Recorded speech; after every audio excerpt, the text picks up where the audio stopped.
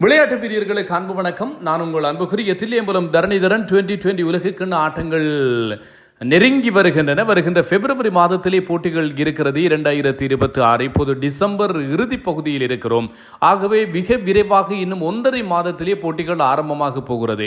இதற்காக அணிகள் எல்லாம் அறிவிக்கப்பட்டு கொண்டிருக்கின்றன என்பதும் உங்களுக்கு தெரியும். இலங்கைக்கு புதிய தலைமை தேர்வாளர் பிரமோதிய விக்ரமசிங்க வந்திருக்கிறார். அவர் இலங்கையினுடைய உத்தேச 25 பேர் கொண்ட பட்டியலை அறிவித்திருக்கிறார். இன்று இந்தியா அறிவித்திருக்கிறது. விரைவில் பாகிஸ்தானுடைய பேர் விவரம் வெளியாகும் என்று சொல்லிய செய்திகள் வெளிவந்திருக்கின்றன. இது தொடர்பாகத்தான் இந்த காணொளியில் உங்களோடு பேச போகிறேன். இலங்கைக்கு பிரமோதிய விக்ரமசிங்க தலைமை தேர்வாளராக தேர்ந்தெடுக்கப்பட்டிருக்கிறார். ஏற்கனவே 2023 காலகட்டங்களிலே இவர்தான் தலைமை தேர்வாளர். அப்போது உலகக்கிண்ணத்தினுடைய மோசமான தோல்விக்கு பின்னர் இவரை தலைமை தேர்வாளர் பதவியிலிருந்து நீக்கியிருந்தார்கள். உப்புள் தரங்க உள்ளிட்ட குழுவினர் அதிலே நியமிக்கப்பட்டிருந்தார்கள். இந்த தலைமை தேர்வாளர் கொண்ட குழுவிலே பிரமோதி விக்ரமசிங்க கொண்டிருக்கின்ற குழுவிலே இந்தி கடி சேரம், இது மாத்திரமல்லாமல் தமிழ் பேசுகின்ற வினோதன் ஜான், ஒரு மகளிர் ஒருவரும் இடம்பெற்றிருக்கிறார். இப்படி தரங்க பரணவித்தான என்று 5 பேர் இடம் பிடித்திருக்கிறார்கள். இவர்கள் 25 பேர் கொண்ட பட்டியலை அறிவித்திருக்கின்ற போது இதிலே சரித் அசலங்க அணியினுடைய தலைமைத்துவத்திலிருந்து நீக்கப்பட்டிருக்கிறார். பாகிஸ்தான் தொடரின் போது இவருக்கு ஏற்பட்ட சர்ச்சை, இவரை ஒட்டுமொத்தமாய் வெட்டி வெளியில் அனுப்புகின்ற வேலைகளை ஸ்ரீலங்கா கிரிக்கெட் தரப்பு செய்கிறதா என்று கேள்விகளை ஏற்படுத்தி இருக்கிறது. தசுன் சாணக்க தான் தலைவர் என்று சொல்லி பெயரிடப்பட்டிருக்கிறார். ஆகவே இப்போது ஒரு ஆள் உறுதிப்படுத்தப்பட்டிருக்கிறது. மீதமான 14 பேர் யார் என்பதுதான் கேள்விக்குரிய ஒரு விஷயமாக இருக்கிறது. என்று சொன்னால் கேப்டன் அறிவித்திருக்கின்ற நிலையில் அவரை விடுத்து அணியை தேர்வு செய்ய முடியாது. சரித் அசலங்கவுக்கு ஏன் இந்த ஆப்பு விழுகிறது என்று சொன்னால், பாகிஸ்தானிலே வீரர்களை குழப்பி அங்கே விளையாட முடியாது என்று சொல்லி இடைநடுவே தொடரை ரத்து செய்து கொண்டு தாயகம் திரும்புவதற்கு இவரோடு சேர்ந்து ஒரு அணியும் இயங்கியது. இதற்கு சரித் அசலங்க தான் காரணம் என்கின்ற குற்றச்சாட்டுகள் இருந்தன. அப்போதே அவர் மீதமான போட்டிகளில் இருந்து நீக்கப்பட்டார் உபாதை என்று சொல்லி எங்களுக்கு கதை சொல்லப்பட்டது. இது தொடர்பாக ஒரு காணொளியில் முன்னரே நான் சொல்லியிருந்தேன். அங்கே என்ன நடக்கிறது, என்ன நடக்கப் போகிறது என்பதையும் சொல்லியிருந்தேன். அது இப்போது நடந்திருக்கிறது. தசுன் சாணக்க தலைவராக்கப்பட்டிருக்கிறார். சரித் அசலங்கவிற்கு அணியில் இடம் கிடைக்குமா என்பதும் கேள்வி. 4 ஆண்டுகளுக்கு பின்னர் நிரோஷன் டிக்வெல் அணிக்குள்ளே கொண்டு வரப்பட்டிருக்கிறார். விக்கெட் காப்பு பேட்டராக அணிக்குள்ளே கொண்டு வரப்பட்டிருக்கிறார். ட்ரெவன் மேத்யூ, இது மாத்திரமல்லாமல் விஜயகாந்த், வியாஸ்காந்த் ஆகிய இளம் வீரர்களுக்கும் வாய்ப்பு வழங்கப்பட்டிருக்கிறது என்பதும் ஞாபகப்படுத்தத்தக்கது. அண்மை காலமாக சிறப்பாக செயற்பட்டு வருகின்ற பல வீரர்கள் இந்த அணிகளிலே இருக்கிறார்கள். அறிவிக்கப்பட்டிருக்கின்ற 25 பேர் கொண்ட பட்டியலிலே, அந்த 25 பேர் கொண்ட பட்டியலிலே மிக முக்கியமான வீரர்கள் பலர் இடம் பிடித்திருக்கிறார்கள். தசுன் சாணக்க, பத்தும் நிசங்க, குசல் மெண்டிஸ், கமில் மிஷார, குசல் பெரேரா, தனஞ்சய டி சில்வா அணிக்குள்ளே கொண்டு வரப்பட்டிருக்கிறார். நிரோஷன் டிக்வெல் வந்திருக்கிறார். ஜனித் தீனகே, சரித் அசலங்க, கமின் மெண்டிஸ், பவான் ரத்நாயக்க, ஷஹான் ஆராஜிக்கு, வனிந்து ஹசரங்க, துனித் விர்லாலகே, மிலான் ரத்நாயக்க, நுவான் துஷார, ஈஷான் மலிங்க, துஷ்மந்த சமீர, பிரமோத் மதுஷான், மதிஷ் பத்ரன, டில்ஷான் மதுஷங்க, மகேஷ் தீக்ஷண, அதே போன்று துஷான் ஹேமந்த், விஜயகாந்த், வியாஸ்காந்த், ட்ரெவன் மேத்யூ ஆகியோருடைய பேர் விவரத்தை இவர்கள் வெளியிட்டிருந்தார்கள். நேற்றைய நாளிலே இந்தியாவினுடைய அணி விவரம் வெளியிடப்பட்டிருக்கிறது. அஸ்வின் சொல்லி இருக்கிறார், நடப்பு சாம்பியன்கள் இந்தியா இன்னும் ஒரு சொந்த மண்ணிலே இடம்பெறப் போகின்ற தொடரில் கிண்ணத்தை சுவீகரிப்பதற்கான வாய்ப்புகள் அருமையாக இருக்கிறது என்று சொல்லி அவருடைய ட்விட்டர் பதிவை இட்டிருக்கிறார். சூப்பர் டீம் என்று சொல்லி இவர் அஸ்வின் வாழ்த்துக்களை சொல்லி இருக்கிறார். சாதாரணமாக அஸ்வின் வாழ்த்துக்களை சொல்ல மாட்டார் என்பது உங்களுக்கு தெரியும். அப்படிப்பட்ட அஸ்வின் வாழ்த்துக்களை சொல்லி இருக்கிறார். இந்திய அணி தரமாக தேர்வு செய்யப்பட்டிருக்கிறது. சஞ்சு சாம்சன் ஓபனராக விளையாட போகிறார். ரிங்கு சிங் அணிக்குள்ளே கொண்டு வரப்பட்டிருக்கிறார். இப்படி பல விஷயங்கள். டொமெஸ்டிக் கிரிக்கெட்டிலே சாயித் முஸ்டாக் அலி தொடரிலே சாம்பியன் ஆகின ஜார்க்கண்ட் மாநில அணியினுடைய தலைவர், அதிகமான ஓட்டங்களை குவித்து இஷான் கிஷான் கொண்டு வரப்பட்டிருக்கிறார். இவை எல்லாவற்றிற்கும் அஸ்வின் வாழ்த்துக்களை தெரிவித்திருக்கிறார் என்பது ஞாபகப்படுத்தத்தக்கது. வாருங்கள், நாங்கள் இந்த காணொளியில் எந்த வீரர்கள் தேர்வு செய்யப்பட்டிருக்கிறார்கள் என்று சொல்லிவிட்டு இந்த வீரர்கள் தொடர்பான விவரங்களை நாங்கள் பார்க்கலாம். என்ன நடந்திருக்கிறது என்று சொல்லி நாங்கள் பார்க்கலாம். சூரியகுமார் யாதவ் தலைவர், உதவி தலைவராக அக்சார் பட்டேல் நியமிக்கப்பட்டிருக்கிறார்.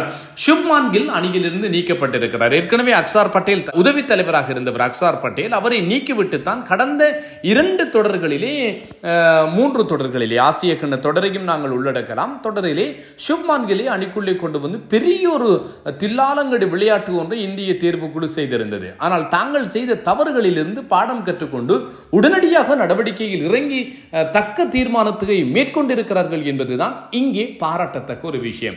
சுப்மான் கில் இல்லை, உதவி தலைவராக அக்சார் பட்டேல் பெயரிடப்பட்டிருக்கிறார். சூரியகுமார் யாதவ் தலைமையில் அபிஷேக் சர்மா, திலக் வர்மா, ஹார்திக் பாண்டியா, சிவம் துபே, ரிங்கு சிங், இஷான் கிஷான், அதே போன்று சஞ்சு சாம்சன், ஜஸ்பிரீத் பும்ரா, வருண் சக்கரவர்த்தி, ஹர்ஷ்தீப் சிங், குல்தீப் ஜாதவ், அக்சார் பட்டேல், ஹர்ஷித் ராணா, அதே போன்று வாஷிங்டன் சுந்தர் ஆகியோருடைய பேர் விவரம் வெளியாகி இருக்கிறது. ஏற்கனவே நான் ஒரு காணொலியில் சொல்லியிருந்தேன், இந்த அணியை வைத்துக் கொண்டு இந்தியா உலக கிண்ணத்தை வெல்ல முடியாது. எந்த அணி? அப்போது இருந்த அணி. ஆனால் இப்போது இருக்கின்ற இந்த அணியை வைத்து அஸ்வின் சொல்வது போல் இல்லை, வெல்ல முடியாது என்று சொல்ல முடியாது. வெல்வதற்கான ஏகப்பட்ட வாய்ப்புகள் இப்போது உருவாகி இருக்கிறது. சூரியகுமார் யாதவ் சொன்னார், நாங்கள் அணியிலிருந்து சுப்மான் கில்லை புவர் ஃபார்ம் அடிப்படையிலே நாங்கள் நீக்கவில்லை, அணியினுடைய கம்பினேஷனுக்கு ஏற்ற விதத்திலே தான் மாற்றங்களை மேற்கொண்டிருக்கிறோம் என்று சொல்லி இருக்கிறார். ஒரே ஒரு போட்டி தான் தென்னாப்பிரிக்காவுக்கு எதிரான நேற்றைய போட்டி. சுப்மான் கில் இல்லை. பாருங்கள், ஓபனராக சஞ்சு சாம்சன் வந்தார். மிடில் ஓர்டர்லேயே ஹார்திக் பாண்டியா அதிரடி ஆட்டம் ஆடினார். திலக் வர்மா தன்னுடைய வேலையை செய்தார். எல்லோரும் ஃபார்முக்கு வந்தார்கள். சின்ன சேஞ்ச், ஒரே ஒரு சேஞ்ச், சுப்மான் கில்லை அணியிலிருந்து நீக்கியது. அதே மாதிரி இந்த சேஞ்சையும் இவர்கள் செய்ய அணி இப்போது வலுவடைந்திருக்கிறது. மிடில் ஓர்டரில் இவர்கள் இன்னும் ஒரு வேலையை செய்திருக்க வேண்டும். ஸ்ரேயா ஐயரை திடீரென்று அணிக்குள்ளே கொண்டு வந்திருக்க முடியாது. ஸ்ரேயா ஐயரை பழக்கப்படுத்தி இருக்க வேண்டிய ஒரு தேவை இருந்தது. இவர்கள் பழக்கப்படுத்தாமல் விட்டுவிட்டார்கள் என்பதுதான் விஷயம். ரிங்கு சிங் அணிக்குள்ளே வந்திருப்பது, மிடில் ஓர்டரை பலப்படுத்துவதற்காக ரிங்கு சிங் அணிக்குள்ளே வந்திருப்பது என்பது உண்மையில் பாராட்டப்படக்கூடிய ஒரு விஷயம். வாழ்த்துக்களை சொல்லிக்கொள்ளலாம். இதனால் இந்தியா இன்னும் கொஞ்சம் வலுப்பெற்றிருக்கிறது. இதே நேரத்தில் இந்த ஜிதேஷ் சர்மாவை எதற்கு அணியிலே வைத்திருக்கிறார்கள் என்கின்ற கேள்வி எனக்கு நெடுநாள் காலமாகவே இருந்தது. அவர் ஆர்சிபிக்கு ஓகே, ஆனால் ஒரு இன்டர்நேஷனல் கிரிக்கெட்டுக்கு இந்தியா போன்ற ஒரு பெரிய அணிக்கு விக்கெட் காப்பாளராக இவர் இருப்பதில் எனக்கு அவ்வளவு பெரியதான உடன்பாடு இல்லை. ஆனால் இஷான் கிஷான் கிட்டத்தட்ட 800 நாட்களுக்கு பின்னர், 2 ஆண்டுகளுக்கு பின்னர் இவர் 3 ஆண்டுகள் நெருங்கிறது அணிக்குள்ளே வந்திருக்கிறார். உள்ளூரிலே இடம்பெறுகின்ற 2020 தொடர் சாயத் முஷ்டாக் அலி தொடர் என்று சொல்லப்படுகிற தொடர், ஜார்க்கண்ட் மாநில அணிக்காக தலைவராக விளையாடியவர், இறுதிப் போட்டியிலே சதமடித்தவர், 197 ஸ்ட்ரைக் ரேட், 517 ஓட்டங்கள், 57 சராசரியிலே அடித்து நொறுக்க இப்போது இந்த இஷான் கிஷானை பேக்கப் கீப்பராக கொண்டு வந்திருக்கிறார்கள். சஞ்சு சாம்சன் தான் பிளேயிங் 11 இடம்பெற போகிறார். சில வேளைகளில் சஞ்சு சாம்சன் இல்லாவிட்டால் ஓப்பனராகவும் செயற்படக்கூடிய ஒரு பொருத்தமானவர் என்கின்ற அடிப்படையில் ஒரு கல்லில் 2 மாங்காய், இவரை விக்கெட் காப்பாளராகவும் பயன்படுத்தலாம். சில வேளைகளில் விக்கெட் காப்பாளரோ அல்லது ஒரு ஓப்பனர் உபாதைக்குள்ளாகின்ற போது பேக்கப் ஓப்பனராகவும் இவரை பயன்படுத்தலாம் என்கின்ற அடிப்படையில் இவரை அணிக்குள்ளே கொண்டு வந்திருக்கிறார்கள் என்பதும் ஞாபகப்படுத்தத்தக்கது. 2007 தொடக்கம் 2016 வரைக்கும் 2020 உலகக்கிண்ண போட்டிகளிலே தோனி தான் தலைவர். 2021 2020 உலகக்கிண்ண போட்டியிலே விராட் கோலி, 22 24 ரோஹித் சர்மா, இப்போது 2026 2020 உலகக்கிண்ணத்தை சூரியகுமார் யாதவ் வழிநடத்த போகிறார். நடப்பு சாம்பியனாக இருக்கின்ற இந்திய அணியிலிருந்து 7 மாற்றங்கள் கடந்த தொடரில் இருந்து, கடந்த முறை விளையாடிய அணியிலிருந்து மேற்கொள்ளப்பட்டிருக்கிறது. அபிஷேக் சர்மா இருக்கிறார், ரோஹித் சர்மாவினுடைய இடம் இவருக்கு வந்திருக்கிறது. விராட் கோலி இல்லை, அந்த இடத்திலே திலக் வர்மா விளையாட போகிறார். ரிஷப் பாண்ட் இல்லை, இப்போது அவருக்கு பதிலாக இஷான் கிஷான் இருக்கிறார். முகமது சிராஜ் இல்லை, ஹர்ஷித் ராணாவை கொண்டு வந்திருக்கிறார்கள். இது கொஞ்சம் சிக்கலுக்குரிய ஒரு தேர்வு தான். ஆனாலும் கூட ஹர்ஷித் ராணா கொடுக்கின்ற சில போட்டிகளிலே விமர்சனங்களுக்கு அப்பால் சிறப்பாக செயற்பட்டவர் என்பதையும் நாங்கள் மறந்துவிட முடியாது. யுஸ்வேந்திரா சகால் இடத்திலே வருண் சக்கரவர்த்தி இருக்கிறார். ரவீந்திர ஜடேஜாவின் இடத்தில் வாஷிங்டன் சுந்தர், இதே போன்று யசஸ்வி ஜெய்ஸ்வாலினுடைய இடத்தில் ரிங்கு சிங் இருக்கிறார். யசஸ்வி ஜெய்ஸ்வால் அநியாயமாக அணியிலிருந்து நீக்கப்பட்டாரே என்பதுதான் எல்லோருடைய கவலையாகவும் இருக்கிறது. கடந்த உலகக்கிண்ண தொடரின் போது பேக்கப் ஓப்பனராக இருந்தவர். இவருக்கு வாய்ப்புகள் தொடர்ச்சியாக வழங்கப்படாமல் நல்ல ஒரு பிளேயர், ஆனால் அணியிலே இருந்து நீக்கப்பட்டு விட்டார் என்பதுதான் சுட்டிக்காட்டக்கூடிய ஒரு கவலைக்குரிய ஒரு விஷயம். ஆனாலும் கூட இது ஒரு தரமான அணி. 2 சின்ன மாற்றங்கள் செய்திருக்கலாம் இவர்கள். ஒன்று, ஹர்ஷித் ராணாவுக்கு பதிலாக சிராஜையோ அல்லது இன்னும் ஒரு வீரரை முகமது ஷமியையோ கொண்டு வந்திருக்கலாம். ஆனால் அது ஒன்றும் செய்ய முடியாது. இதே நேரத்தில் இந்த சிவம் துபையை அணிக்குள்ளே வைத்திருப்பதால் அந்த மிடில் ஓர்டர் கொஞ்சம் சிக்கலுக்குரியதாக மாறுகிறது என்று சொல்லியிருந்தேன் தானே.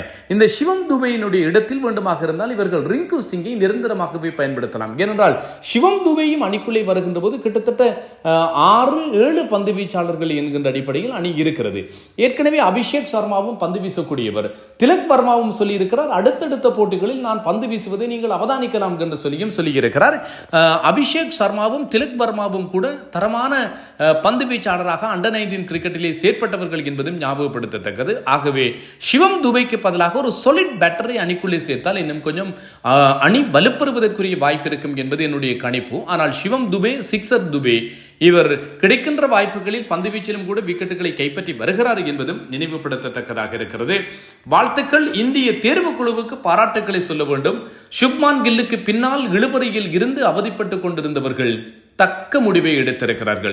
அதுவும் பிரகஜன் ஓஜா மற்றும் RP சிங் ஆகியோர் இந்த சாயித் முஷ்டாக் அலி தொடரினுடைய போட்டிகளை பார்வையிட்டு அதிலே சிறப்பாக செயற்பட்டவர் என்கின்ற அடிப்படையில் இஷான் கிஷானை அணிக்குள்ளே கொண்டு வந்திருக்கிறார்கள். இன்று செலக்ஷன் கமிட்டி மீட்டிங்கிலே கம்பீர் அந்த கூட்டத்திலே இல்லை என்பதும் இங்கே சுட்டிக்காட்டப்படுகின்ற ஒரு விஷயமாக இருக்கிறது.